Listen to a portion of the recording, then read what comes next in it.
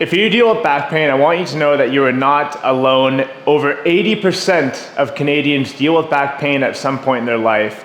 And aside from it being painful, one of the worst parts of back pain is more often than not, it leads to inactivity, which leads to a decline in health and lifestyle. As opposed to using lower back pain as an excuse to not work out and to just do nothing, we need to reframe it and use it as an opportunity to better understand our body so we can move, function, and feel better on a day-to-day basis without any pain. Something that we need to consider when dealing with back pain is a relationship to that pain. Now, if you've been having back pain for years or even decades, you're going to build a close relationship with that pain, and it's going to feel like that's just part of who you are. It's going to feel like it's part of your identity. And the first step to getting rid of that pain is understanding that it is possible to live without pain. For anything to work, you need to have an open mind that it can work. Going into trying to solve your back pain with a fixed mindset and saying to yourself, well, it's always been that way. This is just how it is. I've always felt this way. You've already lost the battle right there. Before we get into solving your back pain, I want to talk about how normal abnormalities are with your back. Whether you have a herniated disc, disc degeneration, or a bulging disc, whether a doctor or other healthcare professional told you that this is an abnormality, that could not be further from the truth. Now let me explain why.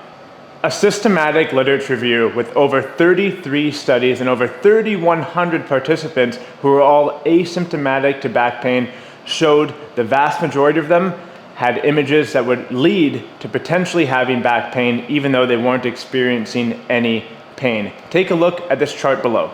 At the age of 40, 50% of the people who are asymptomatic have a disc bulge. Now, what does this tell you? Well, your imaging might show that you have a disc bulge, a disc herniation, or what have you.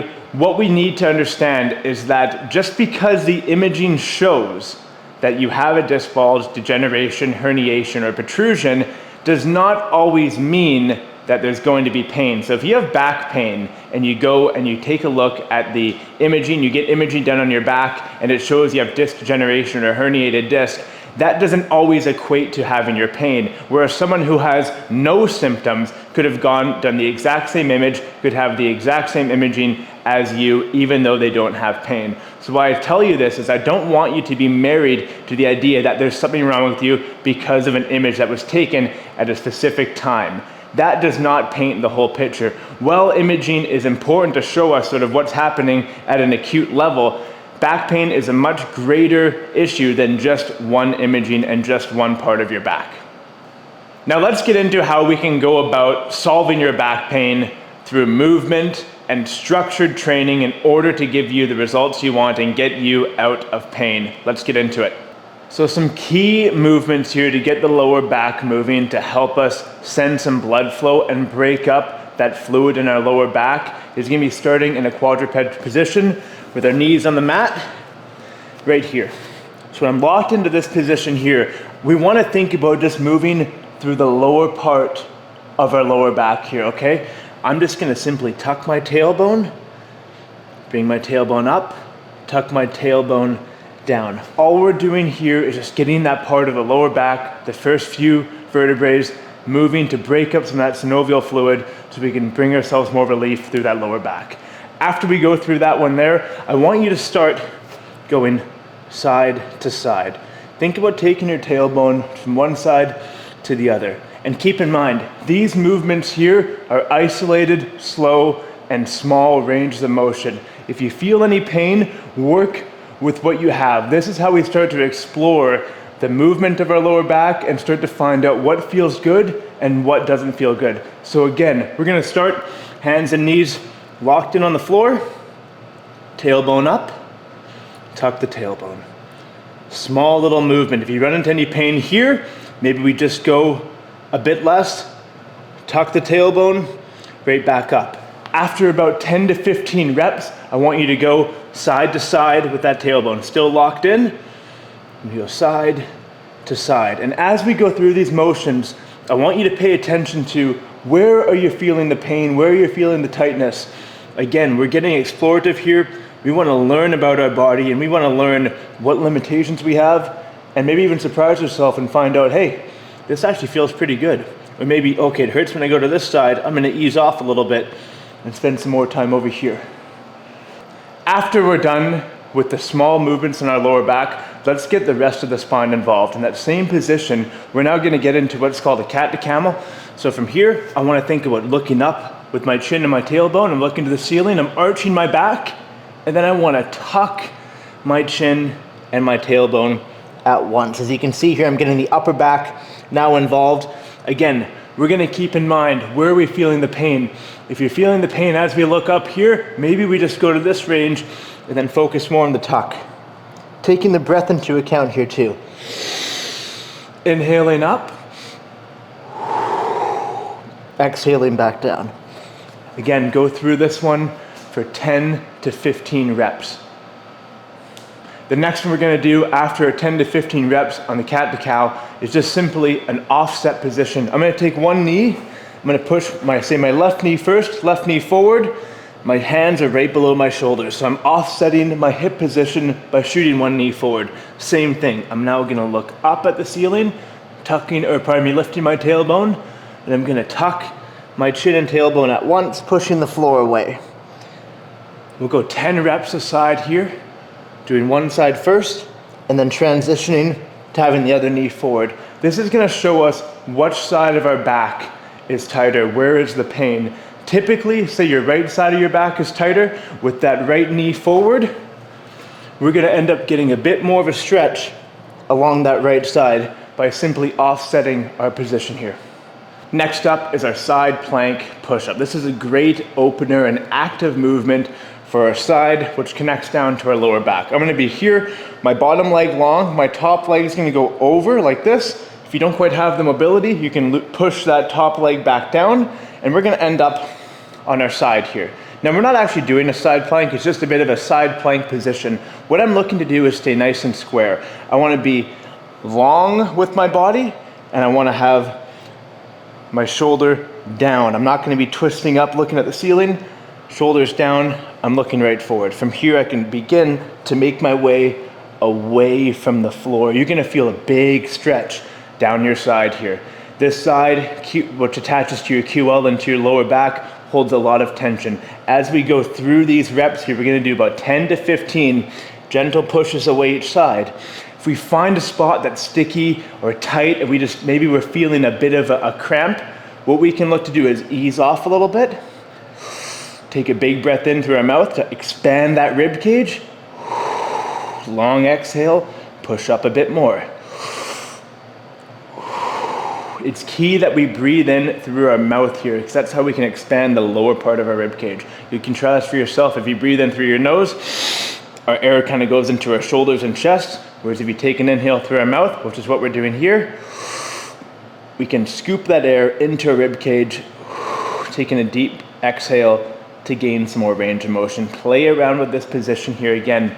Sit in each spot for about 10 reps a side, or even 10 to 15 deep breaths on each side, expanding that rib cage, giving yourself more room through that side range. For the next one here, we're gonna position ourselves, taking a seat on the ground. I want you to feel your sit bones plant into the floor. My knees are up, heels are down. What I'm gonna do here is plant my hands behind me, and I wanna go nice and easy, knees side to side, keeping both sit bones firmly planted on the ground.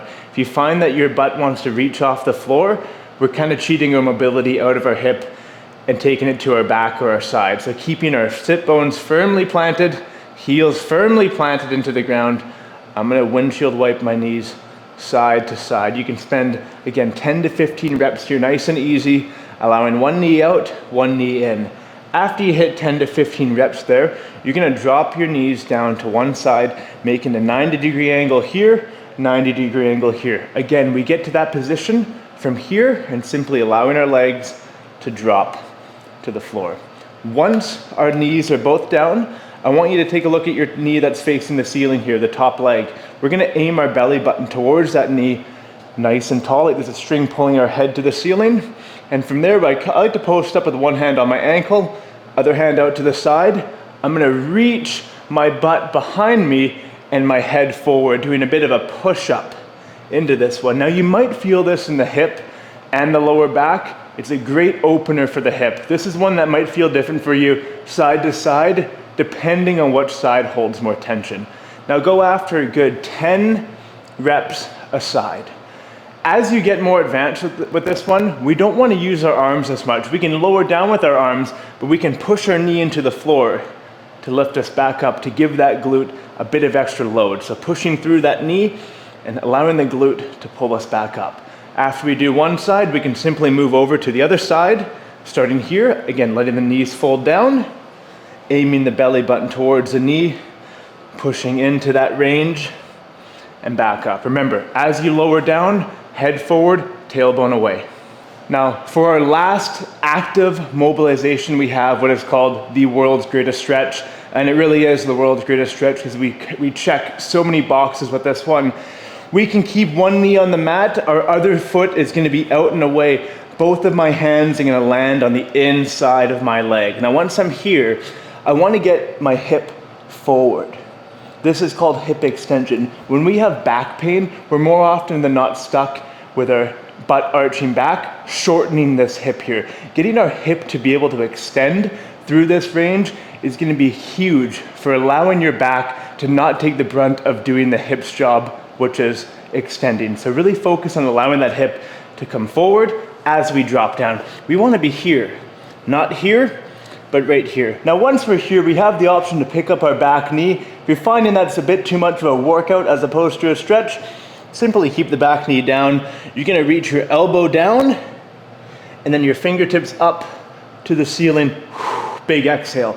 The biggest key here is that we allow and we keep our hip all the way forward. We don't wanna be reaching back with our hip this way. I want you to stay forward and even planting our back foot like that. As we reach the elbow down, we reach the fingertips up nice and tall.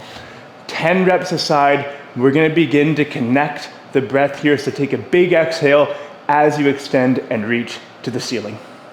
Now that we got the hips and the lower back moving through some gentle movement, it's time to reinforce and build in some structure to our core and our hips to keep ourselves stable and away from pain. The first exercise I have is called a banded dead bug. It's a great movement to lock in that core so we get out of that tilted lower back posture and into a posture where we're stacked up here. Most people that have lower back pain, they end up with their butt back and their hips dumping this way, which puts a lot of stress on our lower back and means that we're not stressing our core enough. So we look to even that out with our banded dead bug. You're gonna set up with the band on a rack or a post at about mid-thigh height. From here, I'm gonna lay on the floor, taking that band with me, and I'm gonna hold the band with straight arms right over top of my belly button. Now, once I'm here, I wanna be locked in with my core. My lower back should be flush with the floor, and I'm gonna take in a big inhale as I lower down, forceful exhale back up. The goal with this one here is to feel our core locked in with straight arms and that band tension. But again, let's get that breath going with an inhale down, exhale back up. Go for 8 to 10 reps on each side, doing one side first and then the other for 2 to 3 sets. This will help you feel more of your core working and less of your lower back. Something to keep in mind as you go through this one here, if your lower back pops off the floor like this, if you're holding the band here and your lower back sort of pops off the floor, we need more of a tuck of a tailbone, maybe more of a crunch as we lower down, and we may not lower as far down just to keep that lower back flush to the floor at all times. Continuing with strengthening the muscles around our lower back and our core especially, we're gonna go into a very simple but effective movement, and that is our side plank. So we're gonna be on the floor here. I wanna line up so I have my shoulder and elbow in line, and we're gonna start with a bent knee position. So I'm gonna have my legs bent, and I'm in a nice straight line from my knees to my shoulders. From here, I wanna bridge up onto my elbow and the outside edge of my bottom leg like this. From there, I'm gonna take my top leg and push it into the floor. I'm gonna bridge up with my top pocket here. I wanna hold this spot for 30 to 90 seconds aside. Once this becomes too easy, we can simply look to lengthen that lever. Again, outside edge of my feet, onto my forearm, I'm nice and straight. Common errors look like this. Leaning forward, crunching into it. We want to stay up and that top hip stays tall. Now, if this one's feeling too easy, if you can get to doing all sets with 90 seconds across the board, we're gonna look to put some more movement in to that side plank position. Using a bench here, I wanna take my forearm and set it up as I normally would for a side plank. With my legs long, I'm here.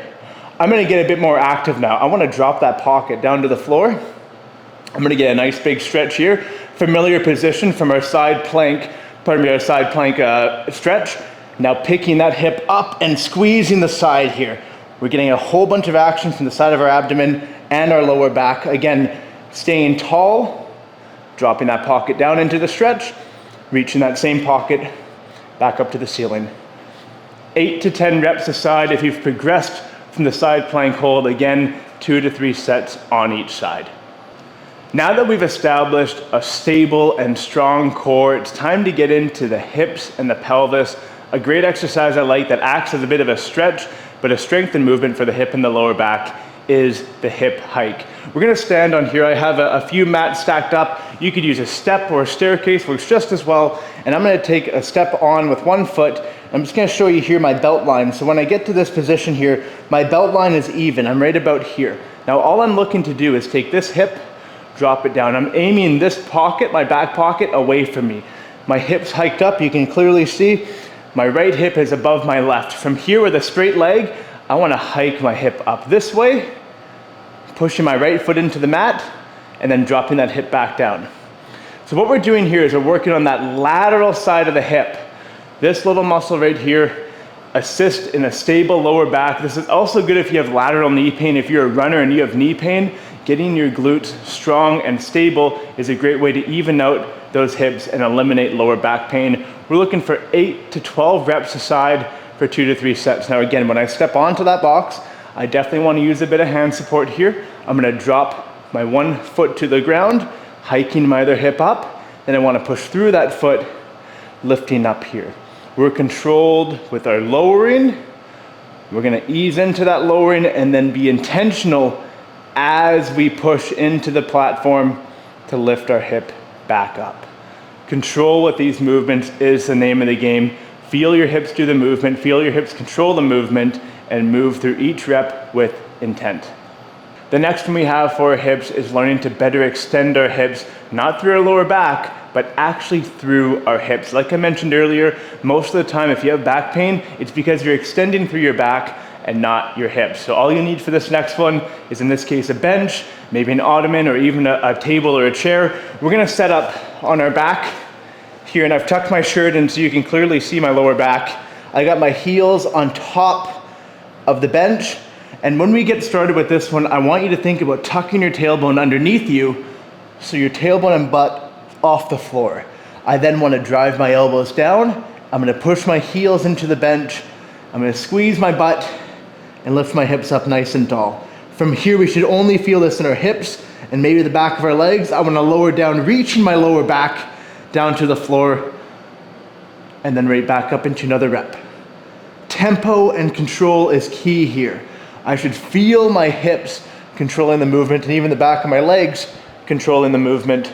We want to avoid feeling our lower back. Now again, if you feel your lower back, tuck that tailbone, dig your heels into the bench, dig your elbows into the floor, lift the hips up nice and high. We're looking for 10 to 12 reps for 2 to 3 sets with this one.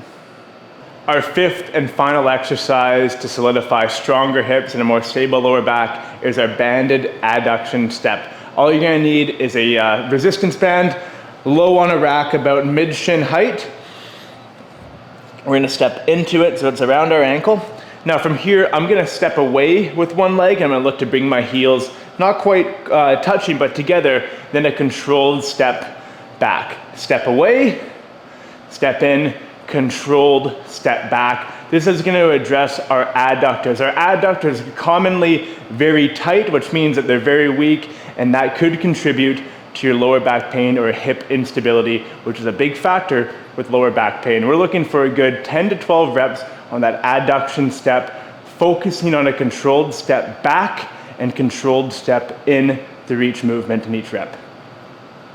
So we've gone over 5 key movements to help get that lower back moving and feeling better. We've then gone over 5 more key exercises to solidify stronger hips, core, and lower back. I'd recommend running through this sequence 2 to 3 times per week, or sprinkle in the exercises as you see best fit. Remember, don't push through any pain, but also don't be afraid to explore new movements and be open to the idea that your pain is temporary, and with time, correct movement quality, you can reverse that back pain and you can get out of back pain. The most important thing is being open-minded to the idea that your pain is only temporary and that you can move past it. Treat this as an experiment, treat this as an opportunity to learn your body and understand how we can get out of back pain without rushing the process. It is a process, it will go up and down, but the key is that you stay with it, you stay consistent, and you're always open to exploring new ways to get out of back pain.